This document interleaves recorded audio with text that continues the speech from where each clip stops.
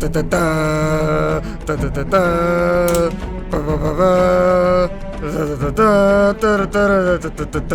gonna do the whole thing, but it's the song. Yeah, you got it. Yeah. Now that's basically how they probably created that song. They just did that until the song was made. Yeah, some guys in an office shit. with like erasers and pencils, just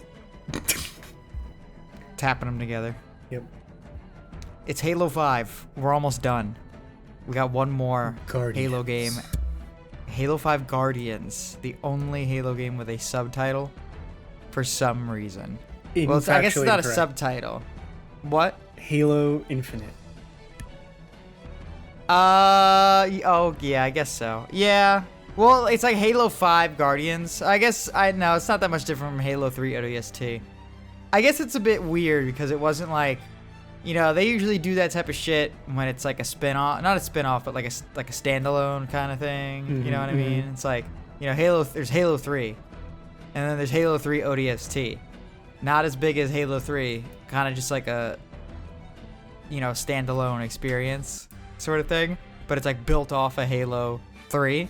So it's like, oh, okay, it's Halo 3 ODST, If maybe if it was more different, it would just be Halo ODST or something like that. But like, I don't know, Halo 5 Guardians, I think that the naming, the nomenclature is so bizarre to me. And you know what? This is a bizarre game.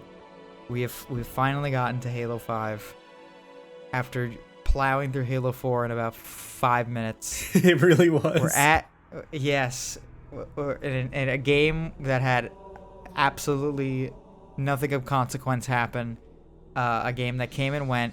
We have now played Halo 5, which is widely considered the worst Halo game. Is it? I don't think it's widely considered. Pretty sure. Well, when it came out, the reception was nasty. It was really, really nasty. Halo 4, I remember when that came out, it had some like detractors, but mostly everyone was like, hey, it was like the golden age of Halo was basically dead, and we were kind of just moving on, and everyone was just accepting that, with Halo 4. And then Halo 5 Guardians came out, and I remember everyone just fucking hating it. I remember everyone hating it. If you look at any of the review scores, Halo 5 is going to strike the very bottom of every list of the Halo games. That just don't make sense. Halo 5. Yeah, and we're going to talk about that. And as Jake gave it away, good job, dude. Way to keep up the tension and the mystery of what we're going to talk about. Sorry. We're going to talk about how we actually don't think Halo 5 is that bad. It is really bizarre, and there are some really bad aspects to it. But somehow, none of that is the gameplay. The gameplay is actually quite good, and we'll talk about that more in depth. But yeah, so let's do a little talk about Halo 5 Guardians. Halo 5 Guardians, let's discuss the advertising for Halo 5 Guardians. I think that's important because we were there. We were there on the beaches of Halo 5 when we were getting those trailers. Halo 5 Guardians had the infamous Master Chief in a big cloak. E3 2014, 15 maybe. Sitting there, yeah. I see armor, and then I see woven fabric. Yes, giant woven fabric across the Mjolnir armor that Master Chief wears. Pre-rendered cutscene, not gameplay at all. And I don't really remember anything about the trailer besides that. But that was like the beginning of the shitstorm of Halo 5, because immediately people were like, why is he wearing the cloak? And you know what? It's a fair point. Why is he wearing the cloak? Number one, he's in the Mjolnir armor, so like he doesn't need any protection. He's in the armor that he's wearing in every game. In Halo 5, in Halo Infinite, he literally like gets knocked out and he floats in space for like 6 months, and he's fine with the armor. That's how good the armor is. Maybe he's just wearing it because he likes it. But that brings up, number two, he wouldn't do that. Chief would never accessorize. He just simply wouldn't. He's just not that type of person. Also, okay, image is on the yeah. screen. I want everyone to take a look at this. I'm looking at it right now. He Uh-huh. would have had to have. He would have had to have wrapped it around twice, and then tucked it up into his helmet, because his helmet is perfectly preserved on top of this thing. Yes. So here's the thing. Oh man, have you seen the picture of him? The figurine of him with the cloak? No, I think it's fake. So. Look up Master Chief cloak, and he'll find like the action figure like immediately. And the cloak is so big, it's like ridiculously He large. looks like an Ewok. Yeah, and I don't think that's real, because that's ridiculous. Like, I think it has to be a joke, but like that's so fucking funny to me. But yeah, so this is one of the first things we see about Halo 5 Guardians is Master Chief in the cloak, and then the second thing we see about Halo 5 Guardians is that there's a new Spartan. There's a new Spartan. So Spartans in the Halo franchise are very inconsistent. We're always told that there's like a bunch of them and then there's more, but like they're never around, like ever. There's not until Halo 5 Guardians. Like Halo 4, there is Noble Team. They have, but that is in the past. So. Yes, there's Noble Team, but there's supposed to be. I'm pretty sure there's supposed to be more even than them. You know what I mean? Like Master Chief cannot exist in the same space as other Spartans for some reason until this game. Halo 4. I think about the original trilogy. Like the original trilogy, I feel like kind of implies that Master Chief is like the last Spartan, like last active Spartan, right? Or something like that. Because he's literally the only Spartan you ever see. Is the only Spartan who's ever mentioned between Halo 1, 2, and 3. And then of course Halo Reach changes that, but it's kind of like this weird, inconsistent fact that, like, where are the other Spartans? And in Halo 4, we got what's her face. I think she shows up in Halo 4. What's her name? Like, Pamela? No. What is her name? Because I actually I literally don't remember. No, she was fine. Apparently, she is notable for shooting off Halsey's arm. Yes. Oh God. Halo fandom category females. Sarah Palmer. Thank you. Sarah Palmer. That is really funny, actually, now that I'm seeing all this. Yes, we meet Palmer in 4, I believe. And then later in 5, now we have like a bunch of Spartans. And one of these Spartans his name is Spartan Locke.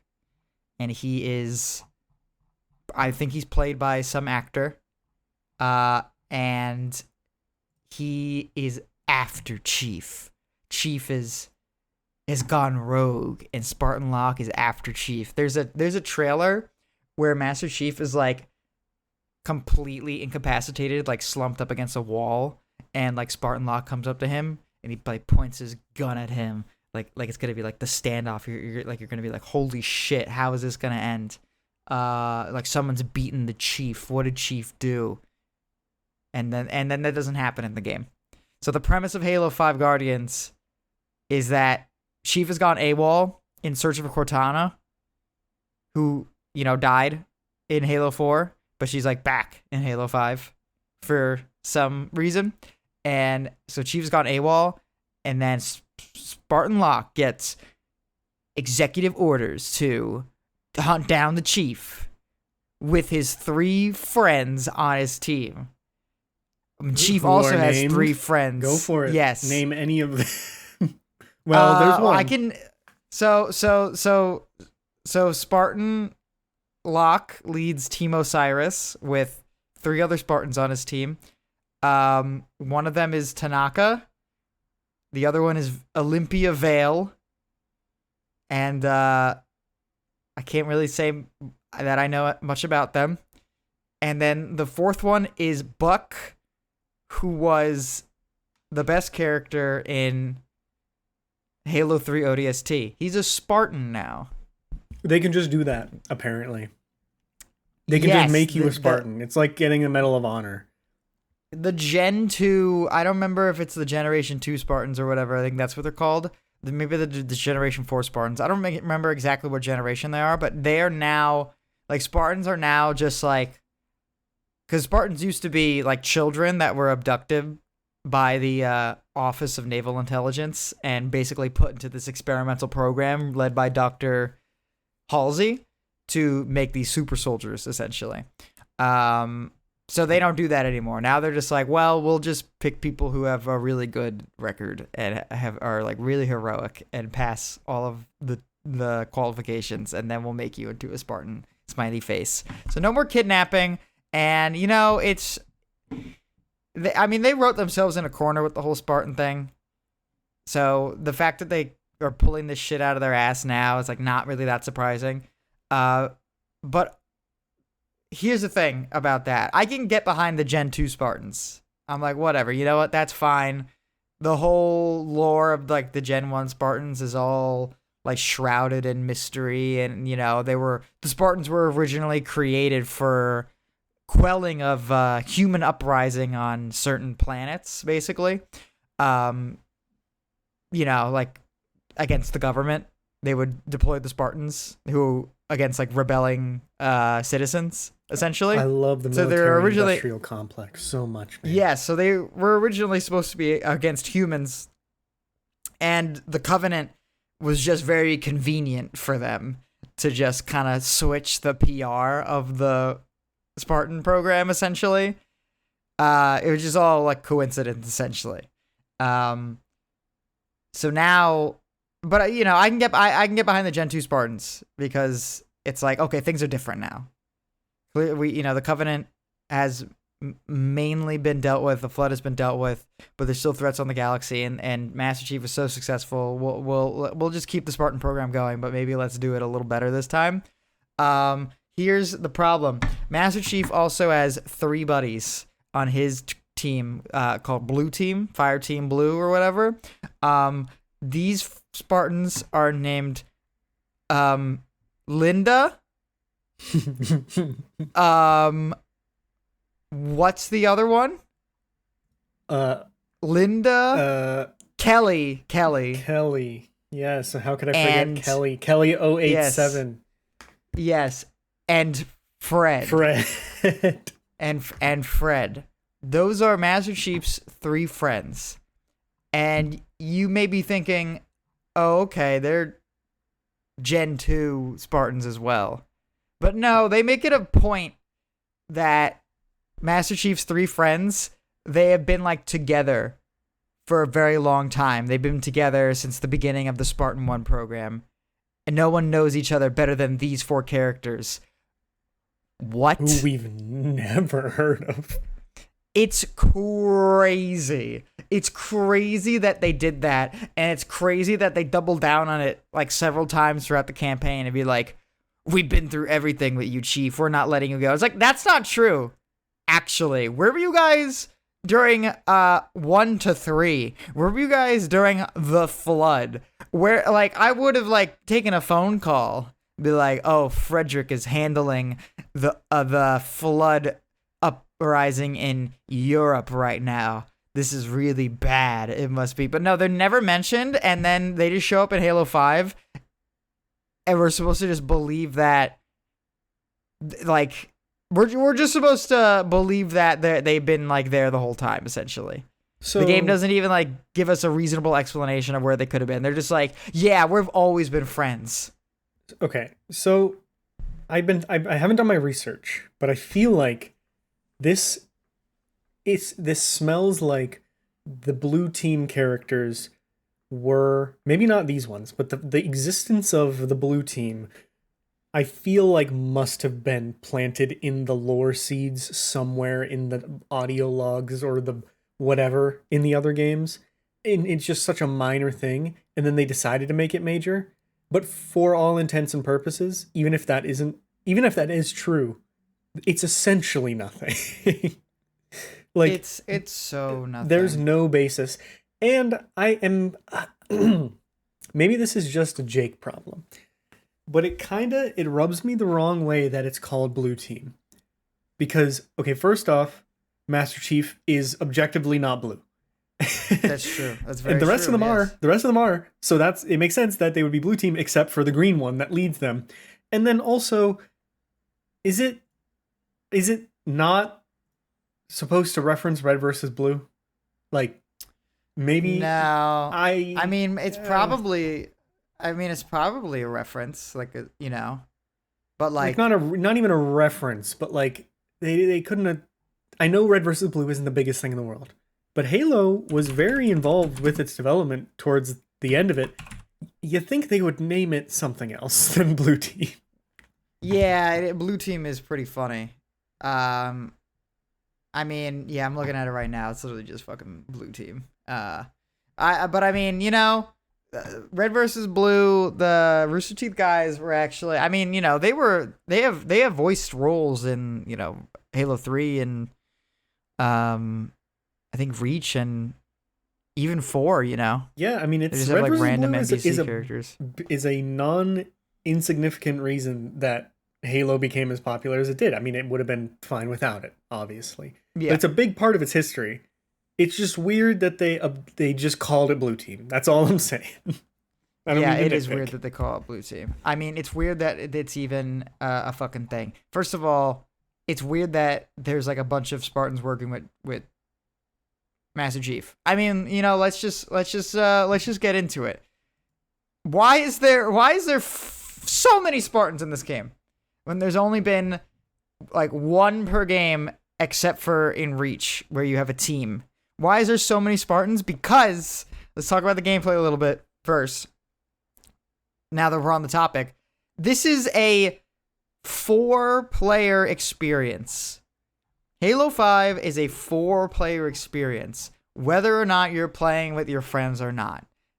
Every level you play as a character in a fire team of 4, and there is a bunch of mechanics to reflect that change. You do not die when you lose all your health. You collapse and you go into a help state where you need someone to revive you. I guess that's kind of it, Well, okay, yes, that is the isn't big one. it? That's the big one. But there's also the character traits, which are not major, but Oh, they're present. yes. Yes. So you get to choose, if you're playing with multiple people, you get to choose which Spartan you want to play as. Every Spartan supposedly has a different loadout with different skills. This sounds actually kind of cool on paper because you're like, oh, whoa, Yeah. I kind of like that. Kind of like, I was gonna say Left 4 Dead, but Left 4 Dead doesn't do that shit. What's a game that does that? I don't know. Call of Duty. In the Call of Duty campaigns, the Duty. later ones, you get to pick like what loadout you're going to start with. Yeah, something like that, or even like in Call of Duty, like the perks and like the multiplayer in Call of Duty, you're like, ooh, like this is gonna be cool.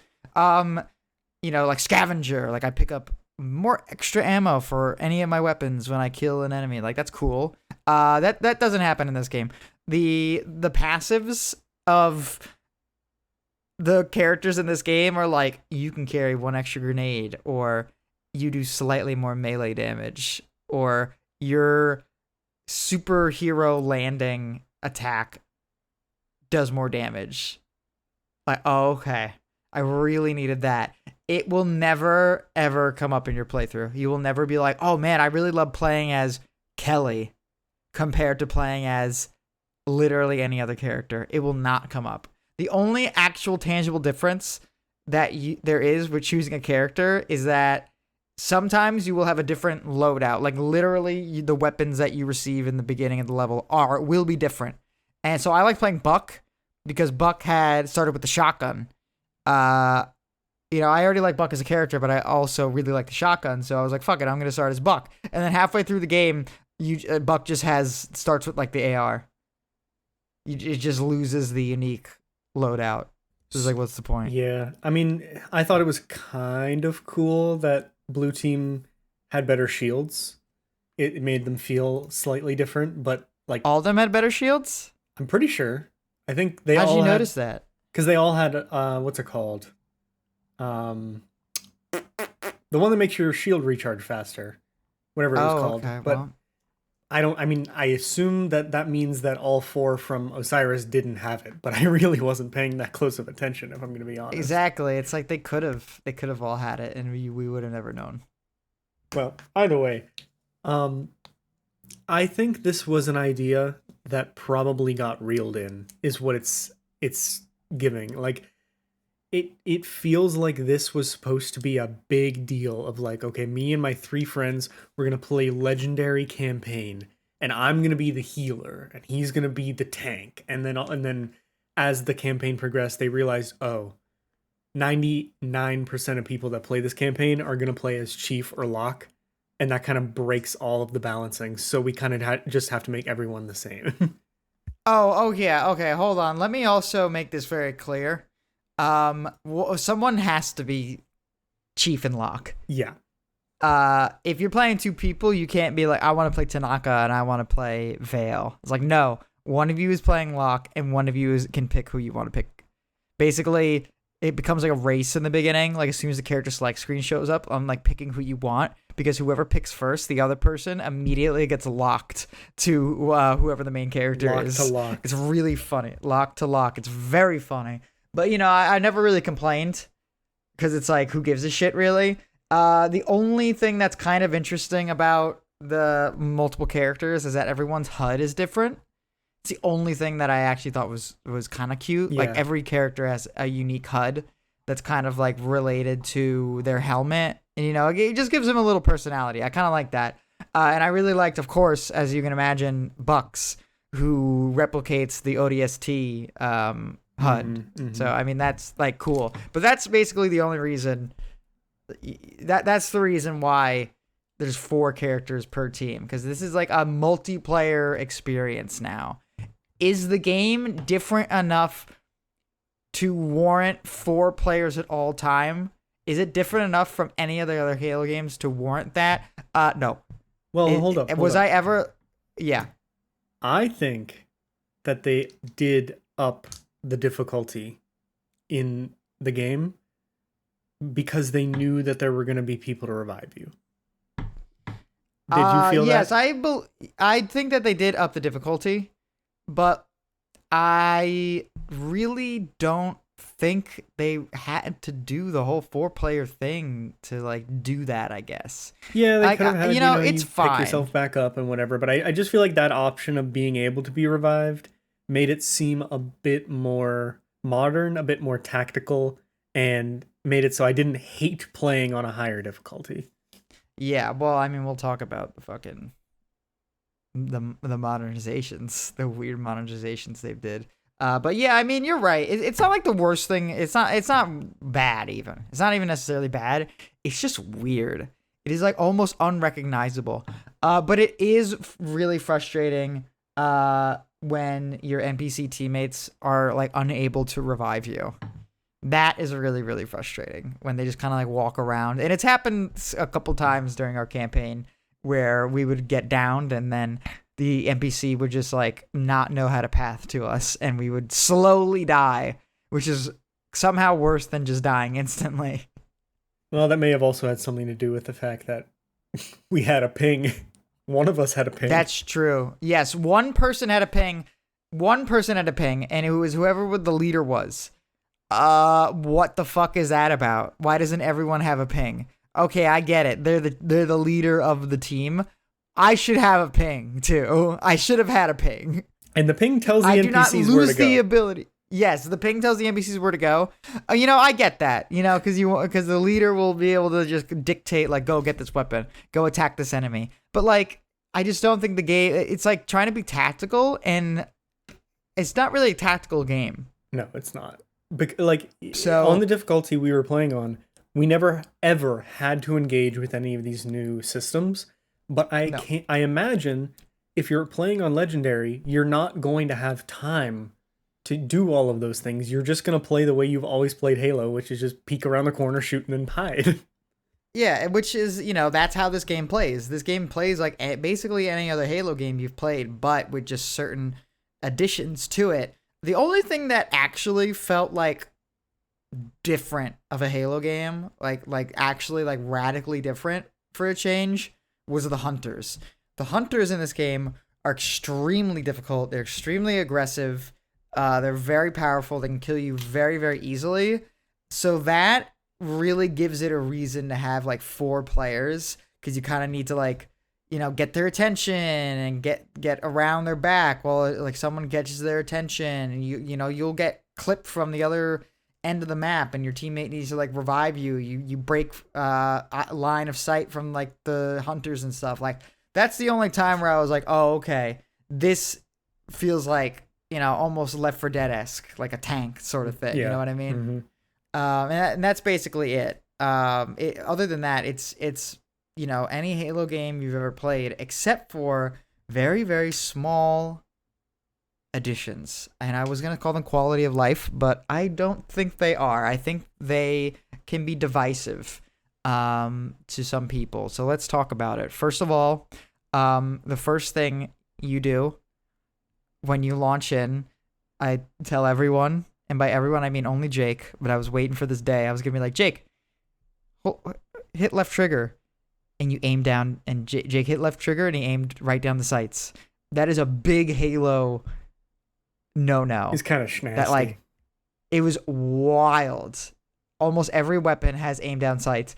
You can even aim down sights on the AR, which is so crazy to see. Can I say something, though? Yes. I even have come around on it. I realized we were just, and by we I mean me at least, it's just an appeal to tradition. There's no reason that we shouldn't have had aim down sights. It's just the fact that Call of Duty didn't exist whenever Halo first started adding zoom to their guns. It may have existed, but besides the point. Well, it's not even a real aim down sight. It's not. No. Whenever you still have your reticle. When I was younger playing Halo, I always wished that there was aim down sights. Now that I'm an old man and I was able to aim down sights, I was like, oh, that's gross. That's not what Halo is. But really, I think that's how it should be. Especially the way they did it, where it still preserves, like, you zoom, you have a giant reticle. It's not like you're actually using an iron sight or anything, but it just feels more natural, I think. Yeah, if we were using like iron sights, if the sight on the gun was actually 1-to-1 with what we were shooting at, then I probably would have had issue with it. For one, I think it's just hard to do. I think a lot of games have iron sights and they're just total dog shit. But two, like you said, I mean, it's like fake aim down sights. You have still have a giant reticle. It's just almost for like aesthetic purposes. You zoom in like any other Halo game. It's just aesthetically now your gun is like kind of in the center, like you're playing a Doom game a little bit, Yeah. So, we have that, which is weird. We have the superhero ground pound that I mentioned. If you jump in the air, you can do 2 things with this. When you jump in the air and you hold down the aim button, you hover in the air for a little bit. That's kind of cool. If you jump in the air and you hold down the melee button, you enter this like charge with a reticle on the floor, and then you let the charge up all the way, and then you shoot down and ground pound and just destroy everything in the area. This is slow, clunky. It has a very short range. I've never had it work once. But it is like kind of funny to do it like once or twice to an unsuspecting grunt. Other than that, it's just like a random thing that you probably will never do. There is a dash. What were we gonna say? Is it in multiplayer? The superhero landing? I have no idea. Because I can see myself using it in multiplayer, and I think they were just like, well, why would we take it out of campaign? Just leave it. I think all of these things are in multiplayer. Yeah, I'm not really sure though, because I don't play the multiplayer. I feel like that is a multiplayer feature for sure. Mm. The dash though is so much better than Halo 4. You have like a Doom Eternal style dash, like straight up Doom Eternal style dash. Halo 4 didn't have the dash. It had that stupid armor ability that was like just horrific.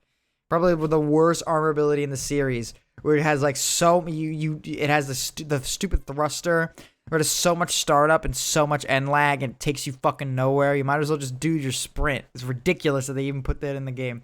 But Halo 5 has just like you hit B and you hold a direction. Very intuitive, just like Doom Eternal, and you do just a short little dash any direction you want, and it's good. It works.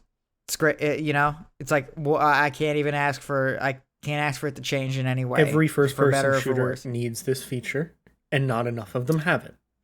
Yeah, I mean, it could have been a dodge, but it's a little dash instead. It doesn't matter. Like, it works. It's fine. You need to get out of the way. I've actually started playing Halo Infinite, like on Sunday or something like that. Fucked up chat.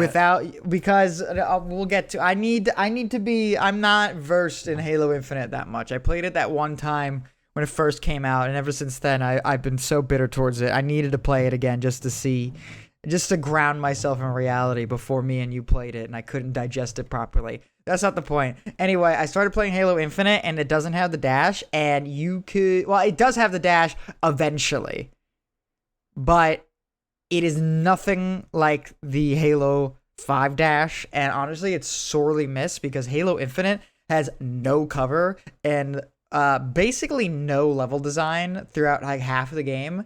So that could have really used a dash probably.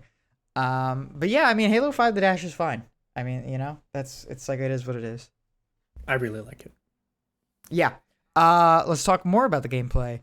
What else has changed? So we have those are core changes to the gameplay. Those are the things that when you launch the game, you're going to see those things, you're going to go, what the fuck?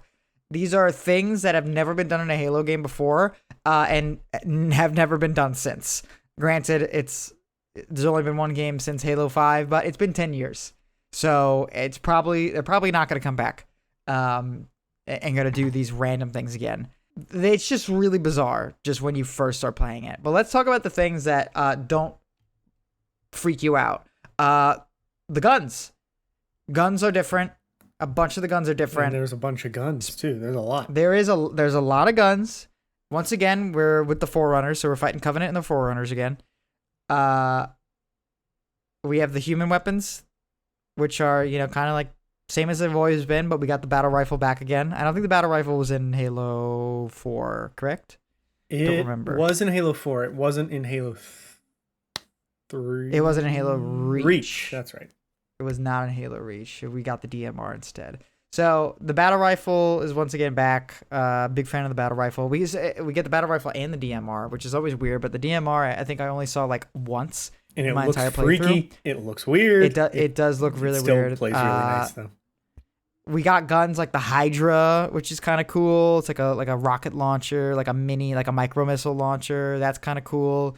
I don't think we got a Spartan laser in Halo 5, do we? We got like a different weapon, I think. We had the binary rifle does that weird laser thing now, but I know that's what. Yes, that's why I think that there's no Spartan laser. Let me look this up to make sure. Okay, but let's just talk about it then. The Forerunner weapons are back. And the Forerunner weapons were fucking horrible in Halo 4. We all know that they're terrible in Halo 4. I just don't understand why they were so bad. It's so ass. They just made it so bad. The suppressor, just the spread was nuts. That you couldn't hit anything. Light rifle felt underpowered. The binary rifle was cool. The scatter shot, super slow. The pistol was pitifully underpowered and had that stupid charge shot that didn't do anything.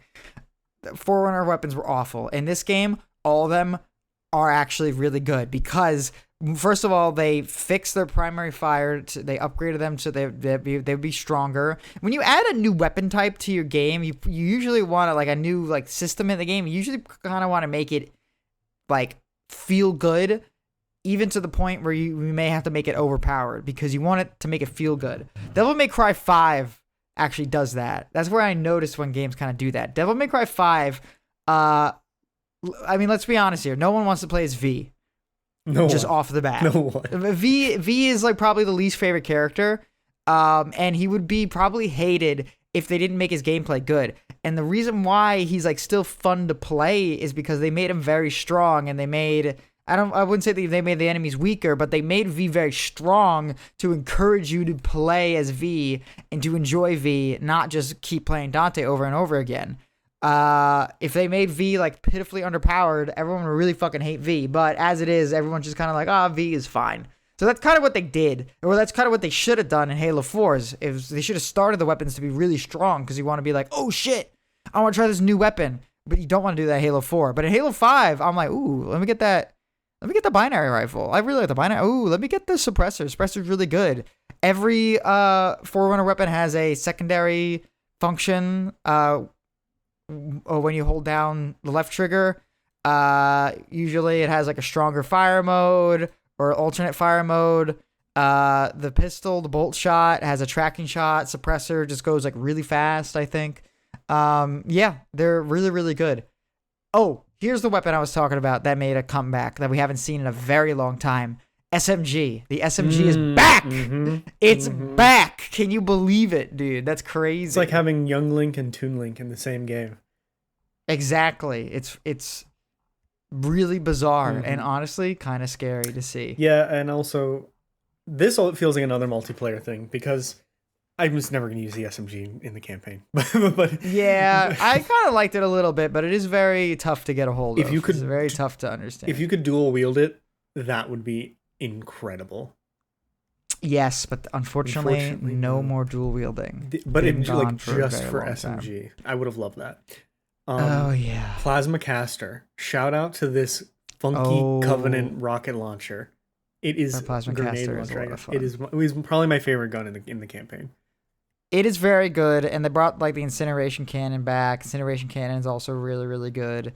I think the pistol's kind of bad actually in this game, unfortunately. Yeah. Hate to say it also doesn't sound very good, which is always like a big thing for the Magnum. Yeah, it is kind of lame. And there's also a lot of actually multiplayer exclusive weapons that I'm not really going to talk about, but there is some interesting multiplayer exclusive weapons such as a hunter turret. Whoa. You can use a hunter's arm as like a turret. It's pretty cool. It's like you take off the hunter's like arm and you can use it as like a turret and shoot out like their big plasma shots. I mean, it's cool. I guess. But, yeah, I mean the weapons feel great. Yeah. Probably should mention in case you haven't picked up on it. We're just reviewing the campaign, and one day we'll talk about the multiplayer. Yeah, I wasn't there for the multiplayer, unfortunately. I mean, I was there, but I probably played it for like 2 seconds. So I was like, nah, never mind. Because I know that a lot of people really like the Halo 5 multiplayer. So this isn't a knock against any of that. We're just talking about the campaign. I mean, the gameplay is good. That's the thing. The gameplay is good, and I've seen a lot of really wacky clips from people playing Halo 5. So I can really imagine that Halo 5 probably had a really poppin' scene. Unfortunately, Halo 5 had to deal with fucking requisition packs and shit. Where basically you had like loot boxes, but they weren't for like cosmetics. They were for weapons. Like you can start with like a beam rifle or some shit like that. Or you can start with a beam rifle that had a cool skin that like had a slightly different property to it. Like I don't know. I was like, what? It was really, really bizarre. That turned off a lot of people. I mean, it turned off me. I just wanted to like get into the game, and now you're telling me it's like you unlocked the Scorpion. Like, can't I just find the Scorpion in the map? Like, I think you can, but when I was a kid, I already didn't really like Halo 5 that much, and then I started playing the multiplayer, and I was like, what the hell is this? And then I just moved on to something else.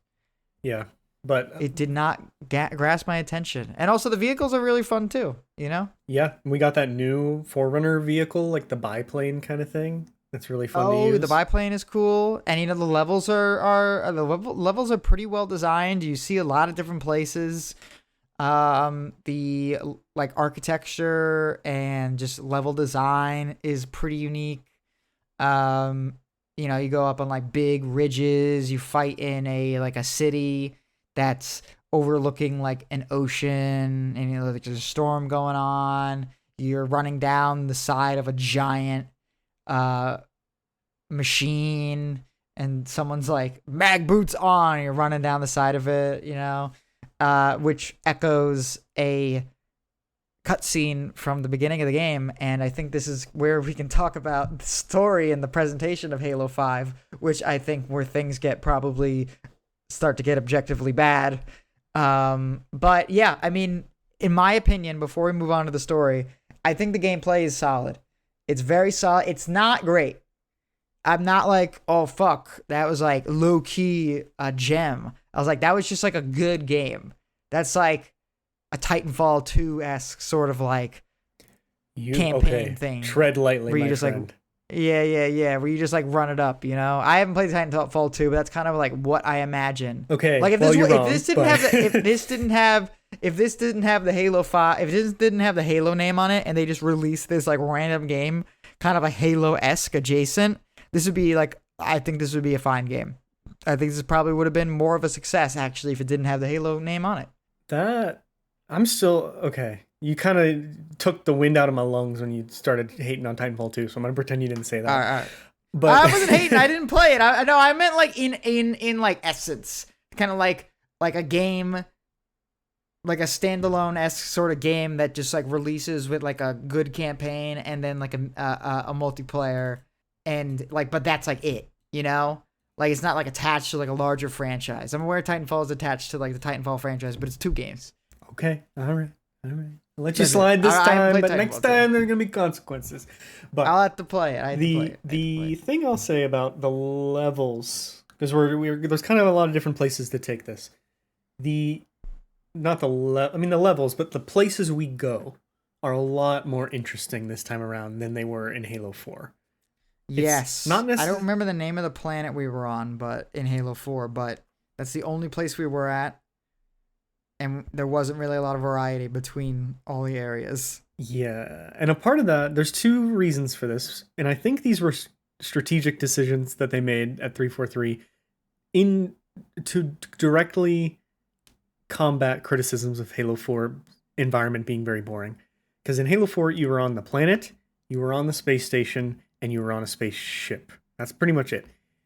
Here, so you have the 2 sets of characters, so you're always bouncing back and forth between whatever Blue Team is doing and then whatever Team Osiris is doing.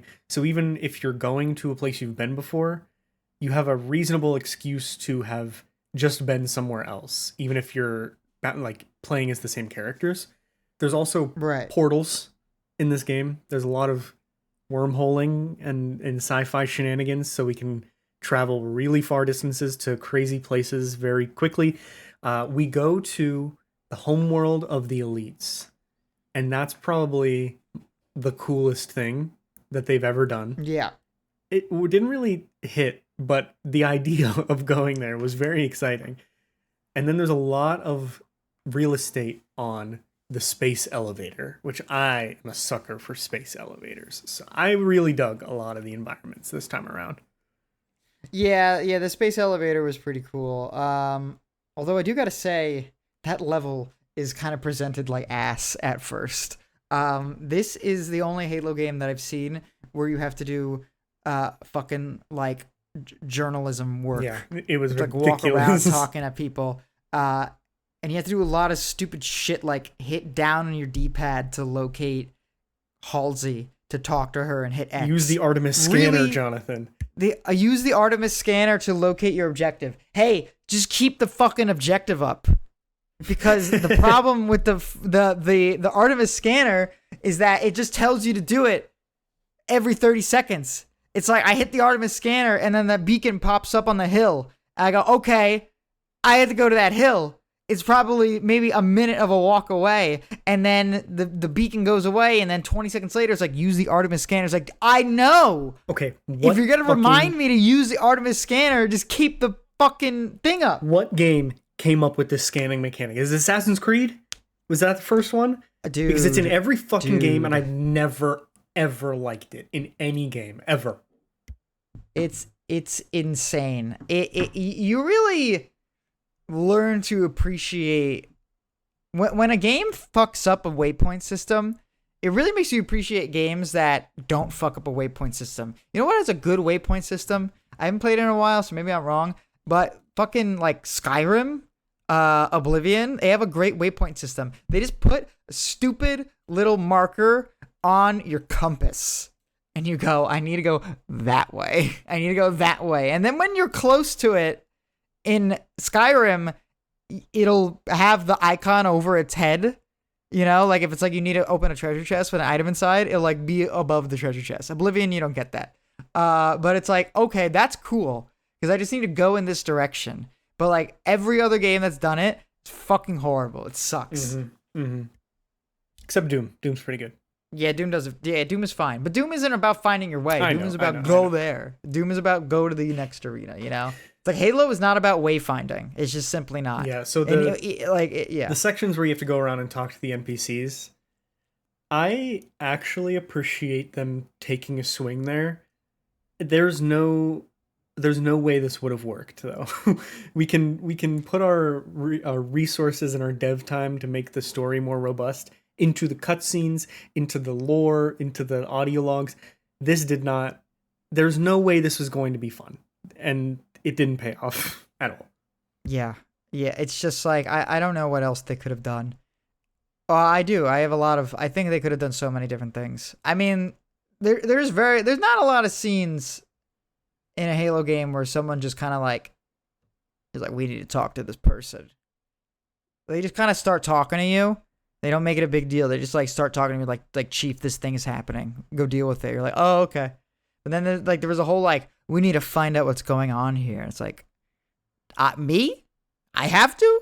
I'm not like everyone's always been telling me what to do. Like now I have to go figure this shit out, and it's in like a really silly section where you just walk around and you just kind of like hit X against characters.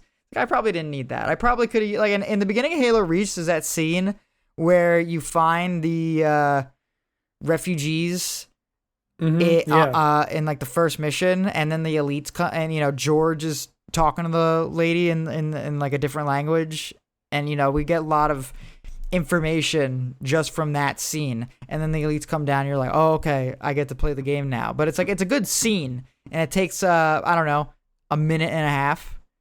Like, yeah, maybe you know, use some of that budget you use making those insane cutscenes in the beginning. Why don't you just make another cutscene? Okay, we didn't talk about the cutscene.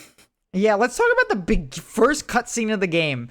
First cutscene of the game, you start the game, and it's like it's Fireteam Osiris like talking, and they're like getting ready for the mission, and you're like, you know, they're equipping up, you know, you're kind of getting to know them, and they're like, oh, well, they're really casual. Like, I wonder where they are. And then they kind of like, they open up like the door, and it turns out they're on a ship and they're about to start the mission. You're like, whoa, they were getting ready for the mission the whole time. You know, very similar to like ODST, where it starts with you sleeping and then you get fucking hit in the head with a Dutch kind of punches you in the head or something. Oh no, that was Romeo. It's not important. Anyway, they jump out of the ship, and then they land on this battlefield that's going down the cliffside of like a snowy cliffside, like a snowy mountain. And it is a really long cutscene, maybe like 3 minutes of all the characters running really fast. Like jumping leaps and bounds, like 20 feet every step. They are running in the way that they put their foot on the ground, and then they don't land on the other foot until they've crossed a football field. Yeah, they like launch themselves, and they're like just crossing down this, like going down this mountain like they're Sonic the Hedgehog, shooting down really fast. And on the way down, they're like killing fucking everything. They don't slow down. And it's insane. There's like fucking ships exploding. Characters are jumping into you know, like a ghost, and like pulling out an elite, and then piloting the ghost, and then killing like 2 more elites, and they put a grenade on it, and then they launch out of the thing, and they keep up their momentum. It's an insane scene that just keeps going, and it's just so non-representative of what happens in the game. You never play a section like that except for that one scene where you're running down the edge of the Guardian. And even then, the game doesn't fucking play like that. And it's just like, you said this when we played, but it's like Marvel-fied. Mm-hmm. That's kind of when that kind of shit was interesting, where we would just have, you know, in every Marvel movie, there's like a scene where all the characters are fighting this big battle with like no weight, and it's just like things exploding, and you know, you're just like, whatever. It is. That's kind of what it was. like the intro to an Avengers movie. Like I feel like this Yeah. exact scene happens in like Avengers 2 or something. And I think you're right. Yeah. it also, not to come back to this again, but it looks strikingly similar to the animation style of Red versus Blue. And maybe that's just Yes. because these Spartans they weigh like 2 tons, and to see them just jumping and flipping around, it's so like it's uncanny in a way, because I've occupied the head of Master Chief for 5 games, or a Spartan Yeah. for 5 games. I know how heavy this man is. I know how slow he moves. I know how much damage he does. I know what he can and cannot do. And none of these things in this cutscene are anything I've ever done in a Halo game. They are, and this is where the meme is reality. This is Master Chief from the novels. This is what they say. Master Chief from the novels. This is what they say Spartans are capable of. So I'm kind of glad they showed it to us. But this is like the only time. Even in the other crazy action-heavy cutscenes, it's not like this. This is so tonally different. I just don't see why they didn't just. My problem is that it's so long. It's like it is cool. I think they just wanted to make a it's statement cool. of a long, action-packed, intense cutscene of characters doing cool shit. But that's just not what this game is for the rest of it. Do you remember the beginning of Halo 4? Where you wake up from, Cortana wakes you up, and then, Chief's been asleep for like 3 years. And Cortana's like, wakes you up, and immediately she's like, shit's exploding. You're like, all right, let me go deal with that. And then, you're climbing the elevator shaft, and then you get up the elevator shaft, and an elite shows up, and you have to like melee the elite. Why couldn't we just do like an interactive cutscene? Or just like, why couldn't we just play that section? There's never been a Halo game where we don't just like jump right into the gameplay. You know what I mean? Yeah, I mean, I'll say it. I really think it's a Marvelification. Like it's to make it seem bigger and grander than it really is right at the jump, so that all these like brain rotted teenagers will just be locked in for the rest of it. Yeah, and I just don't think it worked either. I liked it. I was so over it. Yeah, I was definitely over it too. I was so over it. I'm a sucker for like, big action set piece cutscene at the beginning of a game, because it's weirder if it happens in the middle. It's weirder if it happens in the middle, but I think I would have just preferred to just played that. I kind of wish they just made a section. Listen, it could have been one of those things where like, did you know you actually don't have to even play this part of the game? You just can run down the hillside and see all the things exploding and the enemies like falling. I would have preferred that, like, to this CG cutscene, like 3-minute CG cutscene. I would have preferred like a minute long. You have to run down this mountain and all this shit is blowing up. That would have felt more like, oh, I'm in it. Even if it turned out that I actually didn't affect anything, they could have fooled me. Yeah. It is interesting that they wanted to make Halo seem so much more cinematic this time around. Not just with this, but like all the cutscenes. There's a lot of cutscenes. Quite a lot. There is a lot of cutscenes. And the cutscenes do look good. Mm-hmm. The game looks good. The game looks very good. Yeah, I mean, well... and the music is much better than Halo 4. Halo 4 was just like totally unrecognizable orchestral music. But now we actually have like Halo like motifs and stuff, like tunes and sounds that we're familiar with are back in Halo 5. I'm like, oh, okay, we're back at least. Yeah, the music didn't really stand out to me, but there was a couple like motif moments where they brought back the older tracks that I liked, but for the most part, I didn't really notice it that much. Yeah. It looks great on Series X. It runs at 4K. Because it has the Xbox One X version that we're using. Yep. It's not great 4K. I think it's definitely checkerboarded, and you can tell in a lot of the scenes. But it's got the Nintendo frame rate going on with the enemies, and that was the first thing I noticed. Yes. As soon as we got into the game, it's the first thing I noticed. I thought something was wrong with my game. And that's just how it is. It's enemies that are in like the unrendered part of the game run at half the frame rate, which is bizarre because the game only runs at 60 FPS. So they're running at 30 FPS, and it's very noticeable.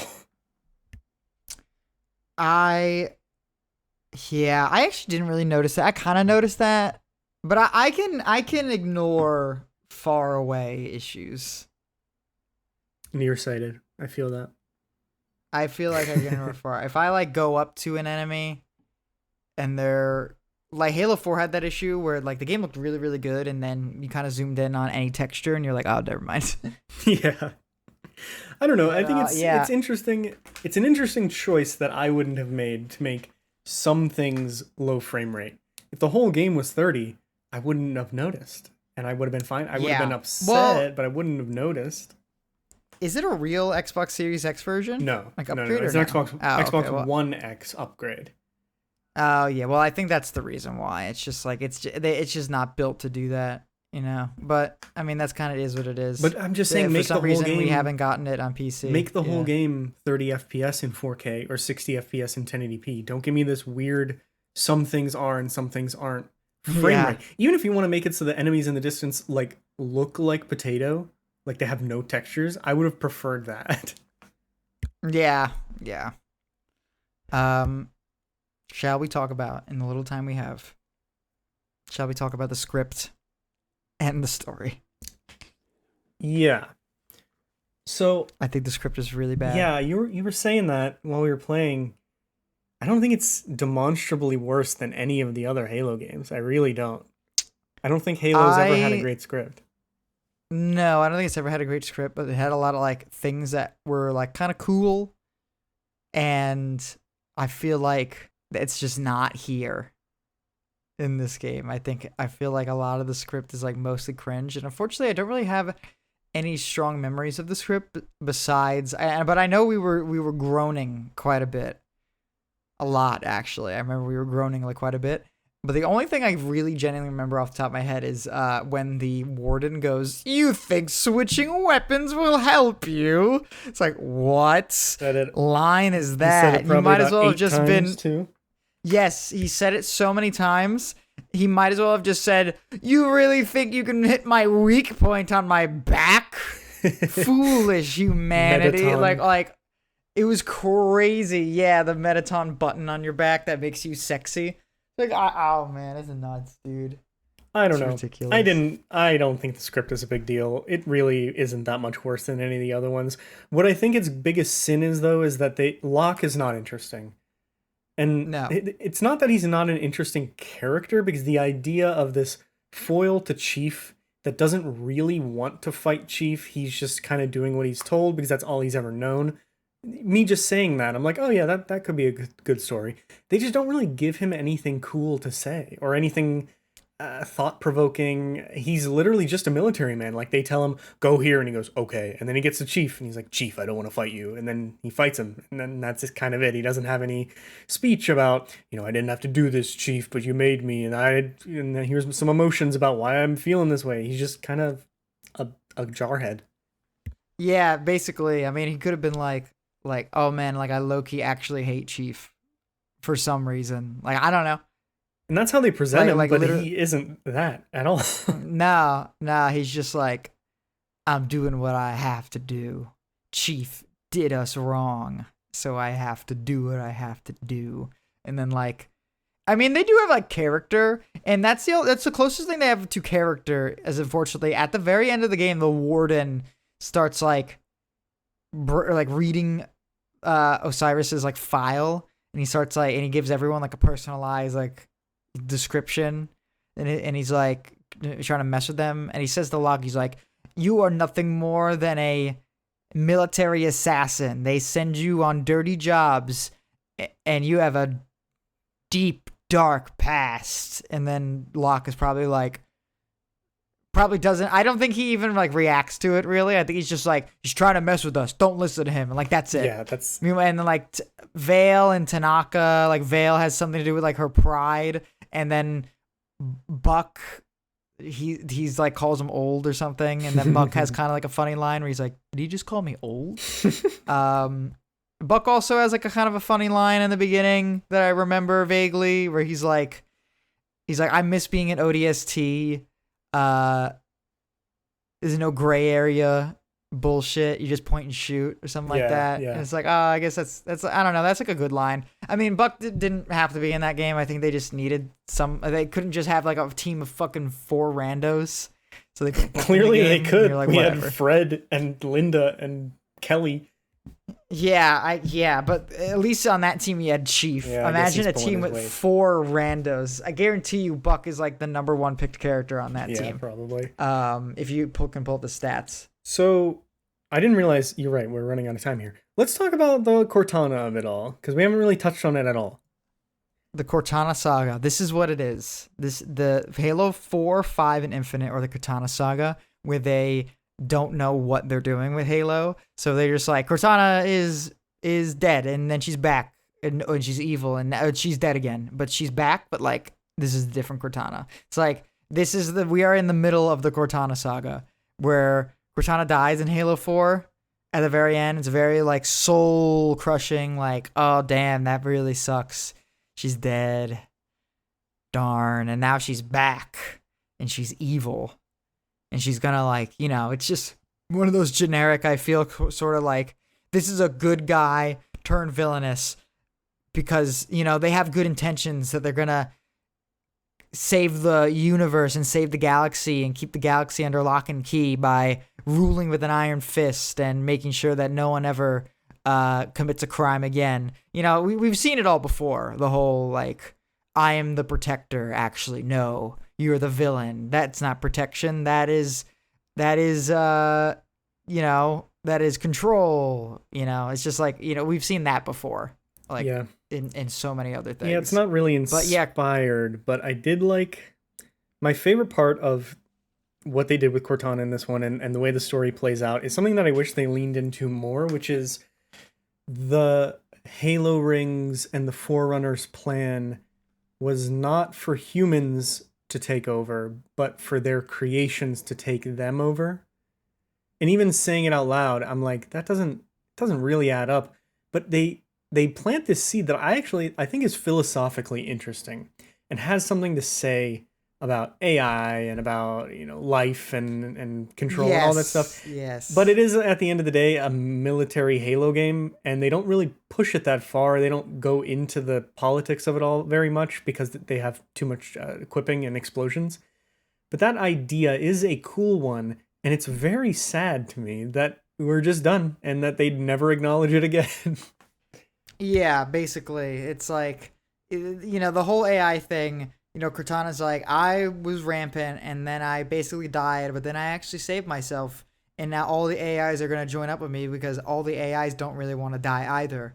I like the idea as well, but I also don't really understand how that totally fits in with like her, like, I'm going to protect all of humanity by ruling with an iron fist. It's like, I don't really understand exactly what that has to do with you being upset that they were going to like put you to sleep essentially. Yeah, it didn't quite add up. And it also was bizarre to me that the Warden was against Cortana. I don't really get what his deal was and why they used him so much. The Warden was like, they made like 2 new enemy types in Halo 5, which is, the medium Forerunner type that I was begging for. They made it, which I really appreciated. And then they have like a boss who is the Warden. And he's like the second in command to Cortana. He's like the secondary antagonist. So he works for Cortana, but he's always like, he's like, thinks he knows better than Cortana. He's like, I'm gonna kill you. And then Cortana's like, stop, please. And he's like, no, she doesn't know that you're a threat. It's like whatever. Yeah, I don't know. It's not clearly you don't know that you have to hit my glowing weak point on my back by switching weapons. He was the worst part of the game. I even like that weird really AI mayor guy that was rampant better than him. Governor Sloan. Yeah, that was kind of cool. It's not a story that's going to stick with me, but it's an idea that I do appreciate and I think paid off in that they had this whole legacy of what Bungie was setting up with the Forerunner tech and everything and their lore and all this stuff. Instead of trying to just completely move on from that, they did try to keep it in the fold and also adapt it to their own original story. And it kind of worked, but it needed a little bit more time to cook. And so for that, this is a big thumbs sideways for me. I didn't love it, I didn't hate it, Yeah. but I'm not really going to remember it either. I mean, I know where it's gonna go, and I know that it doesn't go anywhere because I played Halo Infinite, and I know that they just scrap literally everything. Halo Infinite is so completely divorced from Halo 4 and 5 that like literally you might as well just drop into a completely new game just in media res. The only thing that really is of consequence is that Cortana, like basically the Cortana stuff happened. Like Cortana was evil, like Cortana dies and then she was evil, and then like Halo Infinite literally starts with Cortana dead. They're like, yeah, don't worry, we killed her off screen. She's just dead, and we never see her. She's like literally like, there's no like reveal like Cortana was still alive. No, Cortana's gone. Yeah, she's dead. And 5 we have like ends on a fake cliffhanger, Cortana too. 5 does end on a cliffhanger, and it's really upsetting because 4 kind of is like, what's gonna happen next? Like this is the beginning of the new trilogy of Halo, and then they were like, oh well, 4 wasn't really received very well. Let's kind of see what we can do with 5. I mean, 5 it kind of is a successor to 4 in a way because it is like, you know, the next story of Cortana and Chief is gonna find her. I mean, it kind of, you know, delegitimizes the importance of Cortana dying because they just bring her back and they make her a villain. But, you know, it's still connected to 4. You know, what happens in 4 has direct consequences of what happens in 5. Halo Infinite, they saw, like, you know, a downwards decline between 4 and 5. And Halo Infinite, they're just like, fuck it, scrap it. Zeta Halo. Yeah, whatever. Yeah. Guardians, whatever. Yeah. Crazy. Just bring back the brutes. Bring back the brutes. People miss brutes. Give them brutes. People don't like the Forerunners. You know what? Take them out. Yeah, and you know what? I actually am. I'm cool that the brutes are back in Halo Infinite, but really miss the Forerunners in Halo Infinite. We will talk about this when we play Halo Infinite. But we only fight the Covenant in Halo Infinite, and you can really feel it after a while. Yeah. Mm-hmm. At our peak, almost every Halo game has 2 factions in it. Reach doesn't have 2 factions, but like basically every Halo game has 2 factions in it, except for Reach, ODST, and Infinite, where it's like, oh, okay, well, you're fighting the Covenant. Ooh, okay, now you're like halfway through the game, you start fighting the Flood, and that's like a completely new genre of enemies you get to fight. Of course, they removed that in Halo 4 and 5 because now you get the Forerunners, but it's always been 2 factions. Now we're back to 1 faction in Infinite, and you can really feel it. Yeah, and the brutes they do feel different in Infinite, very like strikingly different, but they're still kind of, you know, been there, done that. So yeah. All right. I love the brutes. Yep. Shall we do that thing where we talk about the set pieces? Yep. All right. So I'm pulling up the video from last week, 2 weeks ago. At number 5, we have Halo 4, the Ivanov Station incident. Is that what it was called? Ivanov Station, yeah. When he takes the composer, the Didact takes the composer. Yes. Hey, number 4, Halo 1, the Flood. Number 3, Halo 3 ODST, the first orbital drop. Number 2, Halo 2, the Gravemind abduction. And number 1, Halo 3, the Warthog run. Yes. So I would like to start the bidding at Mag Boots On. Jump down the side of a Guardian level. Mag Boots On. Yes. That is a fun time, but like I can't say, I don't know, I feel like it just pales in comparison. Is there any other set piece in that game where you're like, oh shit? There's a couple set pieces in Halo 5 that I noticed, but that was the only one I was really gameplay related. The other one I would point to is when you're in the space elevator, and it really has a good sense of scale with how big these Guardians are when you're really high up there, and then everything starts to crash and go bad. You kind of get at least I did, you get a little bit of a pit in your stomach of like, I'm going to fall. This is bad news, dude. So I don't think it's as good as jumping down the side of the Guardian, but it's another one I would point to. I do like the space elevator level, and I like that whole level where we're on that planet with Governor Sloan, you know, besides the talking to the NPCs part. because you're on a glassed planet. And you kind of see, you're on like literally like you're on top of a planet that was previously glassed. You kind of see what that's like. You see what like the rebuilding process is, and that's kind of cool. You get some cool like fights on it. You get some vehicle segments. Oof. There is the big fight between Locke and Chief. It's a cutscene. Yeah. But I was actually very disappointed with it the last time I saw it. I remember it being really cool when I was like 15. The last time I watched it, I was like, And he cracks the visor. That's kind of cool. yeah, and then they have the whole sequence right after that where they're jumping through the portals from platform to platform, and like Buck almost falls and eats shit. I mean, Yeah. cool cutscene, cool environment. Oh, I'm gonna Google the levels so and see difficult. if maybe we're forgetting something. this is so difficult because I really feel like this gets more and more difficult every game we do, and I'm getting very upset with it. And you'd think it would be the other way around because they want to keep the budget, bigger and bigger and all that kind of thing. Yeah. I mean, I really do like the part near the end of the game. I do like the finale of the game where you're playing as Team Osiris and you're on that like ice area, and you actually kind of have to do a little like open area sort of thing where you have to destroy these 4 like terminals, and but you can go in any order you like, and at the end you have that cutscene where you're seeing all the Guardians like spawning in while this like EMP blast is like sending you on your ass, and you kind of like cooperatively have to see who reaches there first, and it has like the 4 different variations depending on who reaches the button at the end. Yeah, I did like that. That is probably my favorite level, and I did like that sequence. The cryptum. Yes, they have to find the cryptum. It just doesn't really hit in terms of excitement. I was never excited to be like, I have to see how this story ends. I have to tactically take down all these energy cells to unlock Chief and get in the cryptum and then climb towards the front. I don't know. It just doesn't really do anything for me. How about what if what are your thoughts on when we first saw the hunters? Do you remember when we first saw the hunters behind the glass? Yeah. And then fucking pounding on the glass and the glass is cracking. I do remember being like, holy shit. That, like scared. That was good.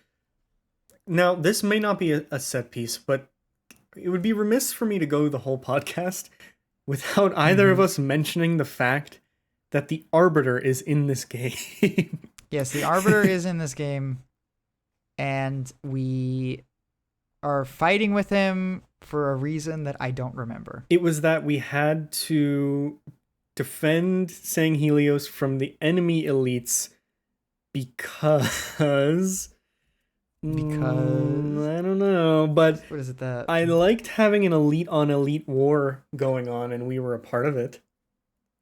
Yes, we need to. Yes, Osiris joins forces with the Sword of Sang Helios, but why?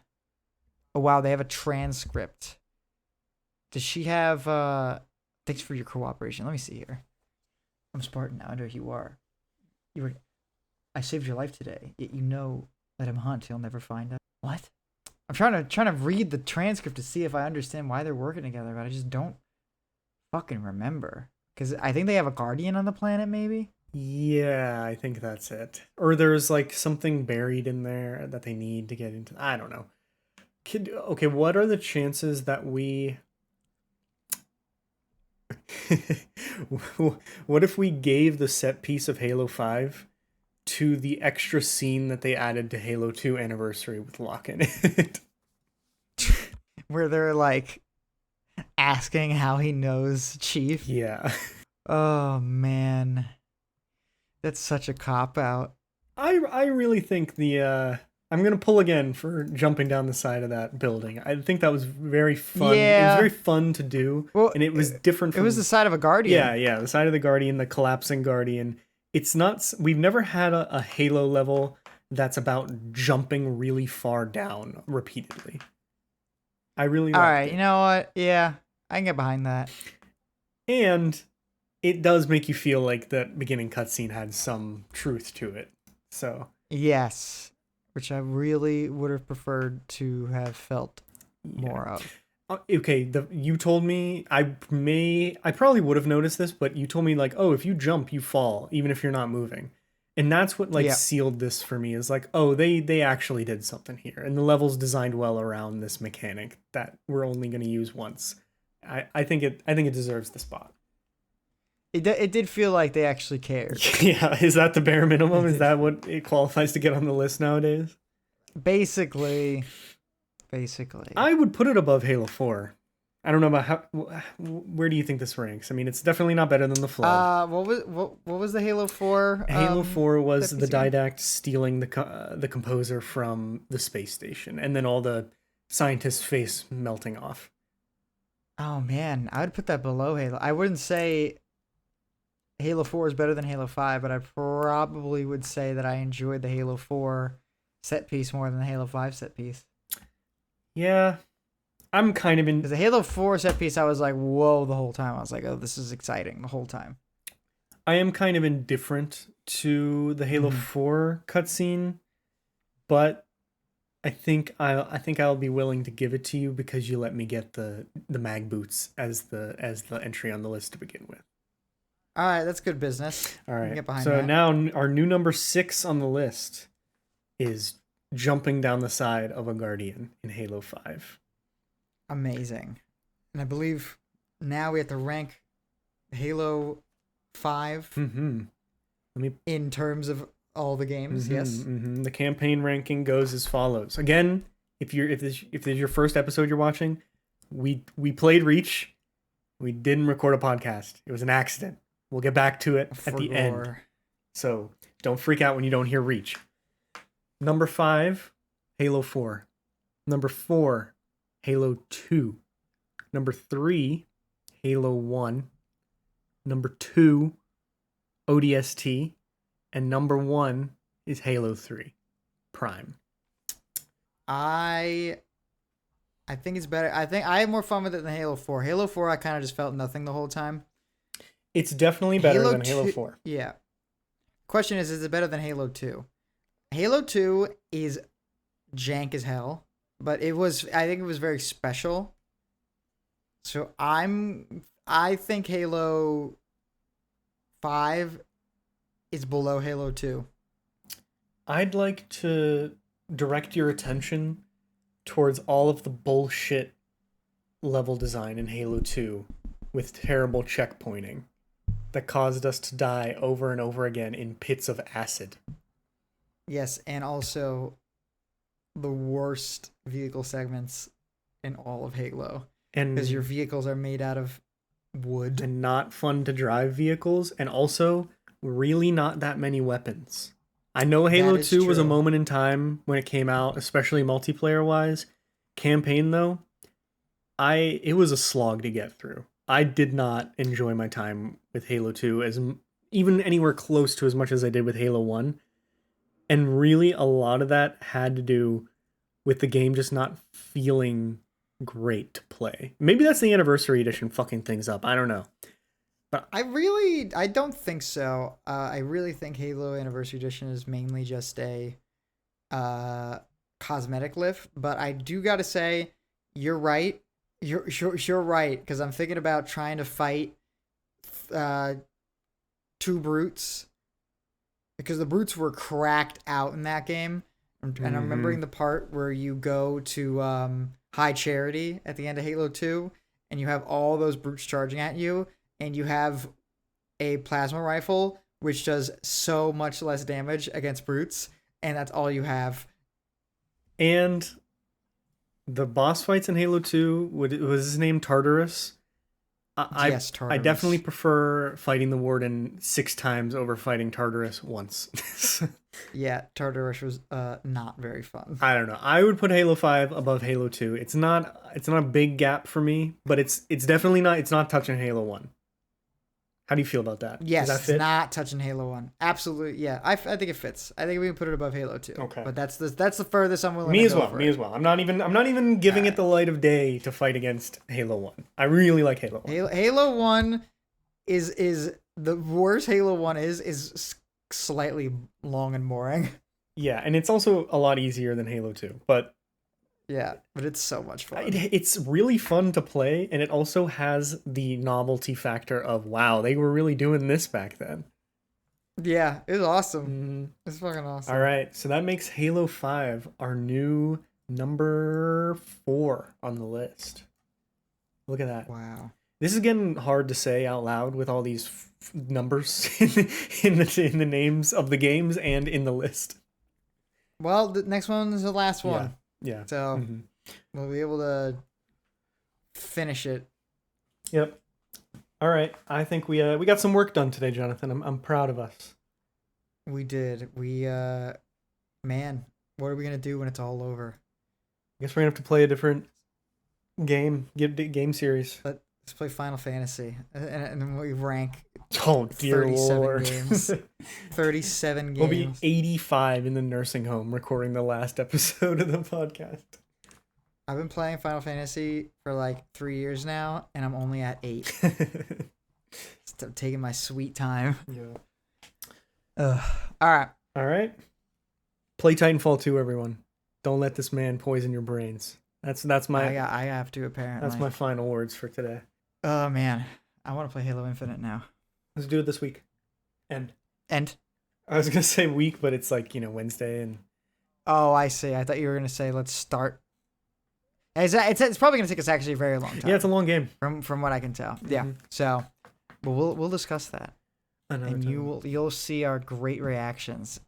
It's gonna be all great things. Yep, nothing bad to say about nothing open bad world to say about Halo Infinite.